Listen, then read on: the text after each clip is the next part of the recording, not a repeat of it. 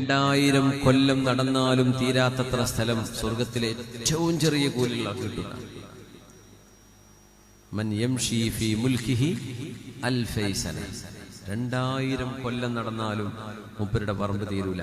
അതാണ് സ്വർഗ്ഗത്തിലെ ഏറ്റവും ചെറിയ സൗകര്യം അല്ലാഹു നൽകുന്ന ആൾക്ക് കിട്ടുന്നത്.